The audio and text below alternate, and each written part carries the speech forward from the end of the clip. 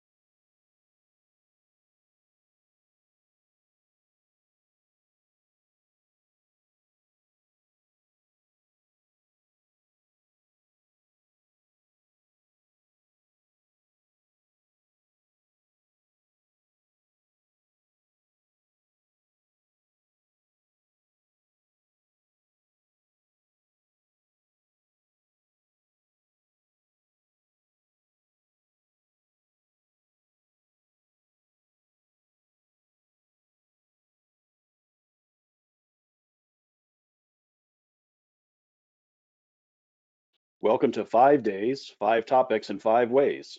The webinar will begin in 2 minutes.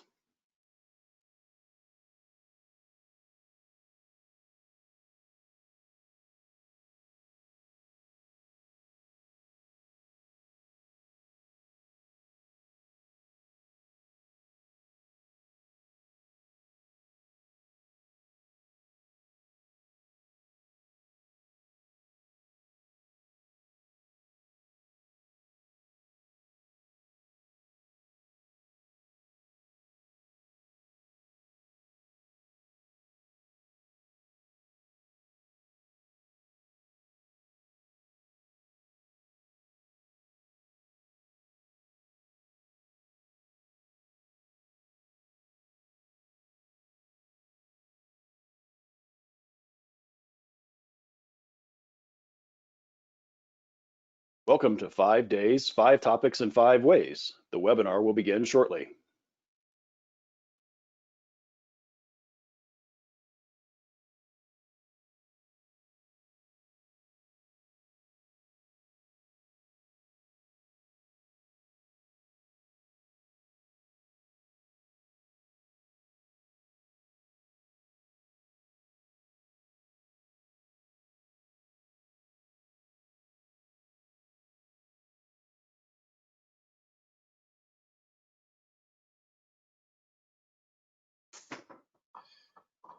Welcome to day 2 of WBB's free webinar series. 5 days, 5 topics, 5 ways you can have an immediate impact on your organization. I'm your host, Don Steyer, and today's topic applies to all of us, whether it's professionally or personally. It's all about change. It's 2020, so what's next? Change is inevitable. Our presenter, Deb Durham, will share with us the ways we can succeed at change versus merely surviving it. Couple of items as we get started today, just to reassure you how the technology works. Your mic is automatically muted and your video is not shared, so no one will be able to hear or see you. If you have questions or thoughts as Deb presents this afternoon, please type them in the Q&A window. If we don't get to your question live, we'll send you a message following the webinar. We'll also send you notes from today's presentation, including any resources we reference. We'll be using a chat box throughout the presentation to display highlights of the discussion. We understand that people learn different ways, and for some of you, you learn best by listening to the presentation. For others, you learn best by reading. We also know that some of you are note takers and like to reference what you're learning. So if you learn best by listening, feel free to ignore the chat box. There won't be anything in there you need for the presentation. If you learn best by reading, you'll find helpful notes and references. And for those who just like to take notes, we'll send out a follow-up next week with key takeaways and resources mentioned. Let me introduce to you today's presenter, Deb Durham. With over 30 years as a senior leader and a consultant who has a significant expertise in large and complex government industry organizations. She has a unique insight into how to make change work for you and not against you. She's a member of the Senior Executive Service, a distinguished senior fellow with the Global Resilience Institute at Northeastern University, and a certified Lean Six Sigma Black Belt. Deborah, thank you for joining us today. Where are you joining us from? I'm joining from Indianapolis, Indiana. Okay, well, we really look forward to your presentation. Thank you. Well, hello, everyone, and welcome to today's topic about change management and the power of data in a modern world. And we'll be discussing important points about change drivers, recognizing them, and how to use data to help you go forward and succeed. So I'm going to begin by reading a topic background, then provide perspective for you to consider. So let's begin. So on the first topic, in business or at home, the reality of taking action or doing nothing is a result of the unknown. That's why converting data into action leads to productivity versus maintaining status quo, allowing data to inform your path forward. Well, we know the rate of change is accelerating with increasing efforts of globalization and the application of new technologies. And I believe the escalating rate of change will make our everyday lives even more competitive, complex, and forced to respond to new environments that may impact our productivity, especially now that we're going through an era of the pandemic. There is a real fear of the unknown. So I've recognized over many years in management that every change is both an opportunity and a threat to our existing environments, whether it's at home, in business, or in government. And successful people and organizations constantly monitor trends and anticipate and plan for change. Unsuccessful people and organizations usually do not. So change is never easy to implement and manage, and it is likely to be resisted by employees or other stakeholders. Success, therefore, is about the management of change. So let's start to dig a little deeper and discuss the vast effect of change drivers. So now I'm going to read just a little statement, and it's basically change occurs all around us, with or without our consent. And this is primarily due to external drivers that are outside of our control and internal drivers that we must manage. So you may be like me and asking, what are some examples of external and internal drivers and what do they mean? Well, some of the top external drivers that come to my mind are social factors, where customer expectations or needs change over a period of time.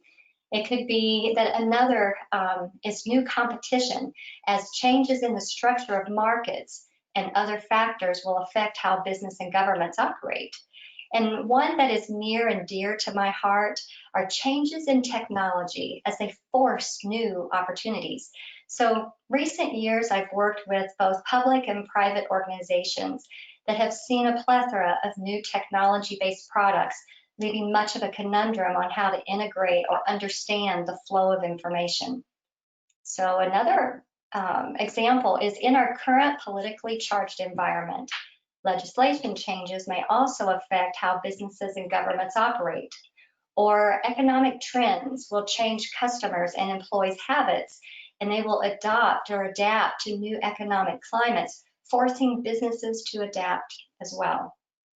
And while those may seem fairly straightforward, I want to spend a moment thinking about the internal drivers.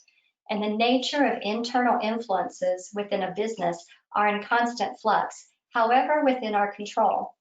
And management needs to be aware of these and to react appropriately, or the workforce may feel left in the dark, and the fear of the unknown will begin to build resistance.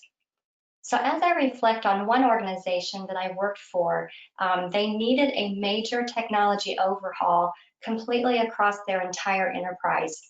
And the leadership at the time knew that they needed a total system change, including people skills, new processes, and an entire technology refresh.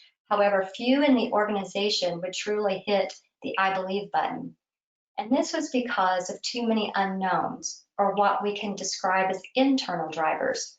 And they include some examples at the time is that they had new management that came into positions, and they had different management styles, and that disrupted what was common and familiar. They also had financial requirements that were undefined, and they had limited budget and limited availability of funds. They also had changes in the size of the workforce as they increased and grew, and that brought on new expectations or attitudes and values of the workforce. They also experienced new product and service offerings and an indirect change that came about just based on tool innovation in their standard or everyday business processes and practices. So those are just a few examples of external and internal drivers. So now let's discuss, how do we transform these change drivers? So with that, I'm going to read just a quick statement. And this is, future-seeking people and organizations are familiar with change. It is a part of what keeps them growing and thriving.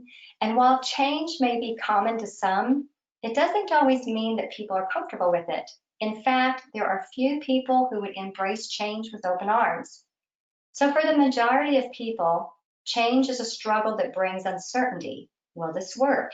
What does this mean for me? Will things get better or worse? It is much more comfortable living in the known, even if you are not happy with your current reality. So this is a situation, I believe, that many of us find ourselves in when trying to adapt to forced change. And in an organization, this is when leadership must really step up and lead their team through change. And this is not always easy, because there are many in those that are in leadership positions may also struggle with change. But leadership's buy-in is just crucial for seeing a successful outcome.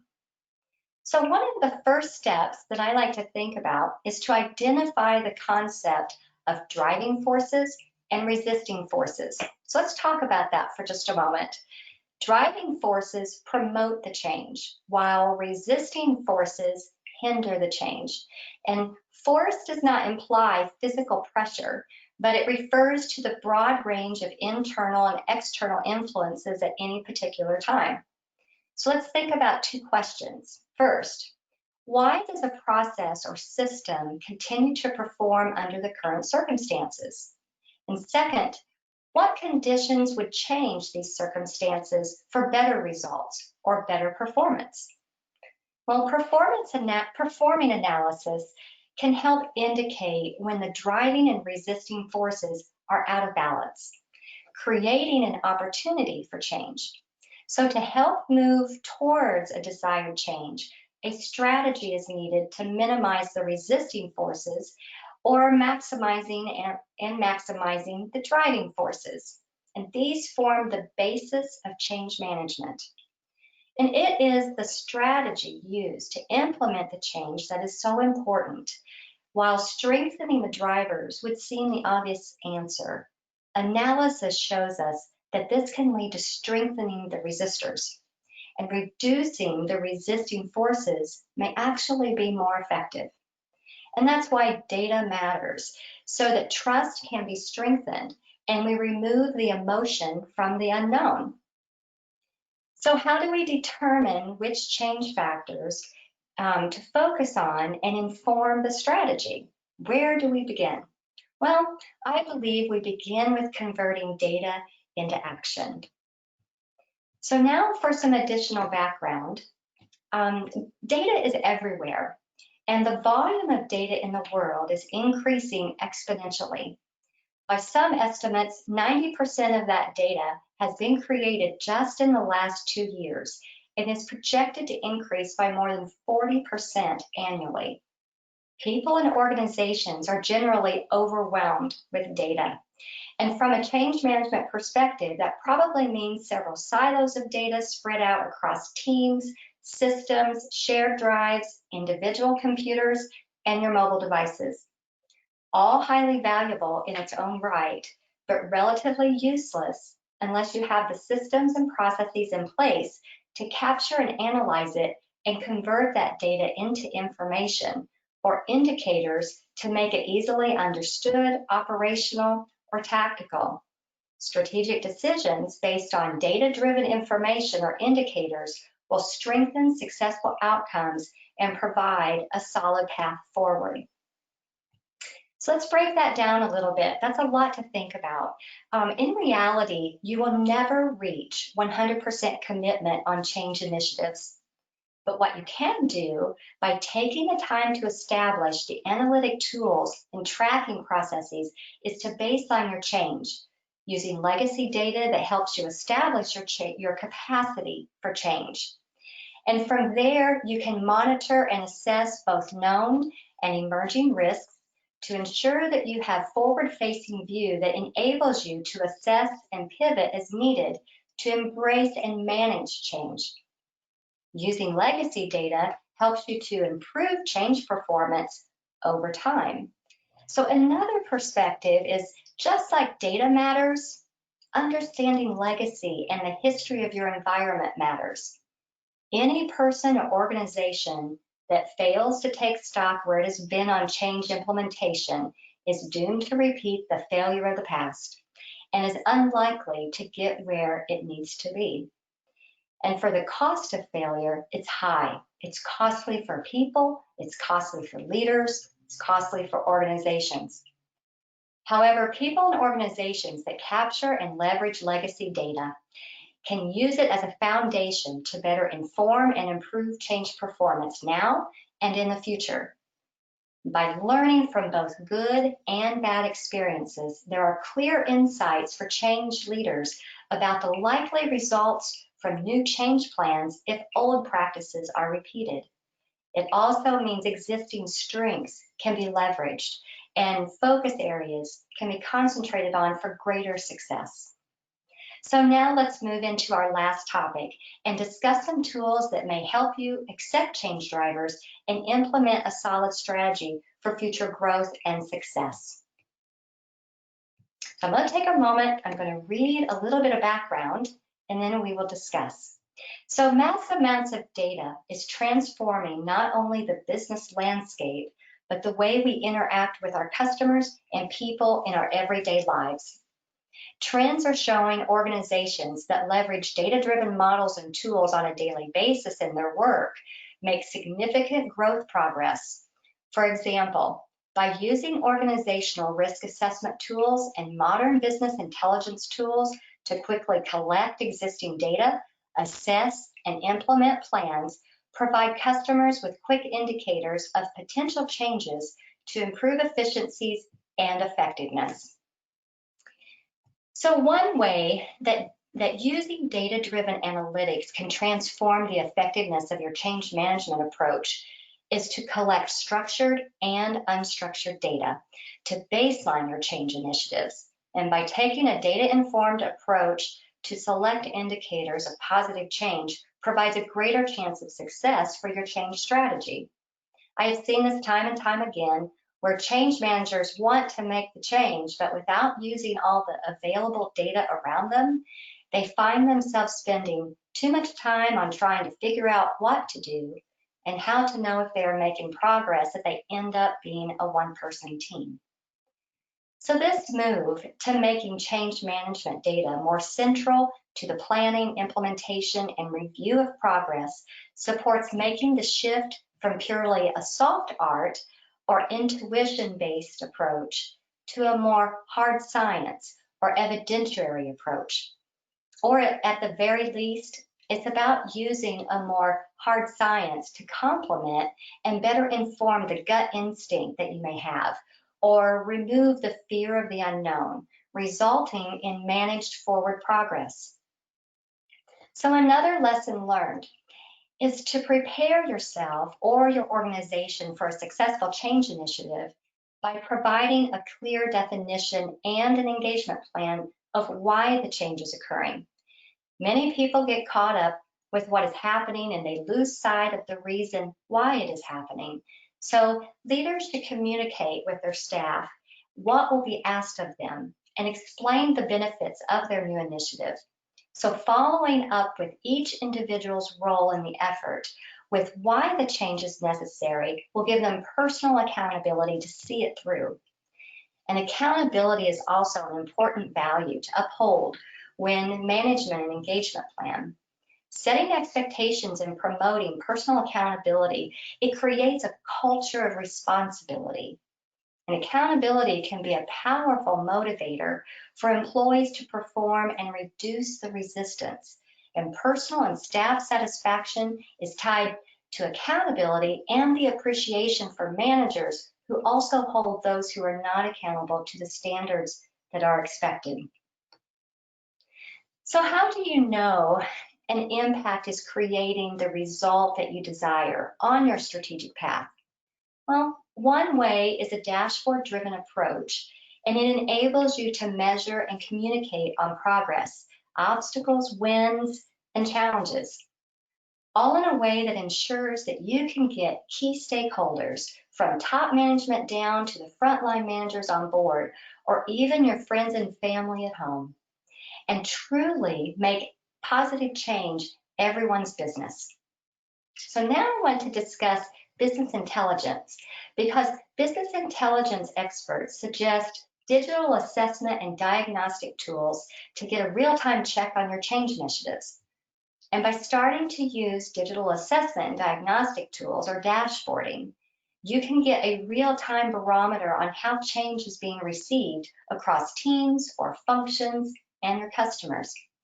And you will be able to measure the volume of change that you or your organization can absorb, and you can make better or faster informed go, no-go decisions, and rapidly determine the project and the change prioritization. And a digital change dashboard, it gives you a quick and accurate temperature check also on how people are faring at delivering key messages around change. It also ensures that you have access to instantaneous data that enables you to pivot and react to things. But because you're also working digitally, as many of us have adjusted to from working at home, you have the capability to instantly share the data and insights with your broader team in just a few short swipes or clicks. We have to love the way technology is enabling us to be able to communicate with our peers while working from home. So here's the wrap-up question for thought.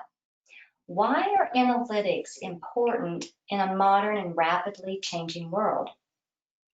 I believe it's all about information, engagement, and monitoring progress that is evidence-based. And by leveraging the power of actionable data, you can ensure that everyone knows what's working, what's not, and how as a team you're going to take next steps. And as an individual, you're going to be more relaxed, knowing that the path forward, and you will know when to pivot or adjust. So thank you for listening today, and I hope you will find this topic helpful on your journey to managing change. So Don, over to you for questions. Thank you very much, Deborah. That was fantastic. In the spirit of our series, we have 5 topics, 5 days, 5 ways. The 5 ways I heard you say were, just to quickly summarize, we can expect change. Change is inevitable. Using data, we can identify and sometimes predict change drivers. We can transform and leverage those change drivers. We can convert data into action, providing us the information to quickly pivot when needed. And we can leverage data and tools to help us manage change and measure success. I thought that was fantastic. And specifically in today's world where we have to make this change is very dynamic and very remote. So, using data helps us do that. We do have some questions coming in. So given a data-based framework that you just suggested, how do you choose what change management framework you use? Well, that's a critical question to answer, and should be carefully thought through before choosing the best framework or change model for you and your organization. There are a few questions over the years through experience that I have learned are important to ask yourselves right from the very beginning. And that is, what are your primary goals for making changes?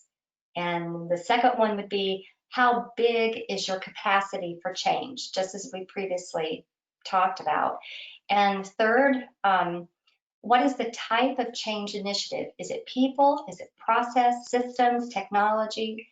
And then a fourth question may be, do you have excitement or buy-in from others that will be engaged in the change process.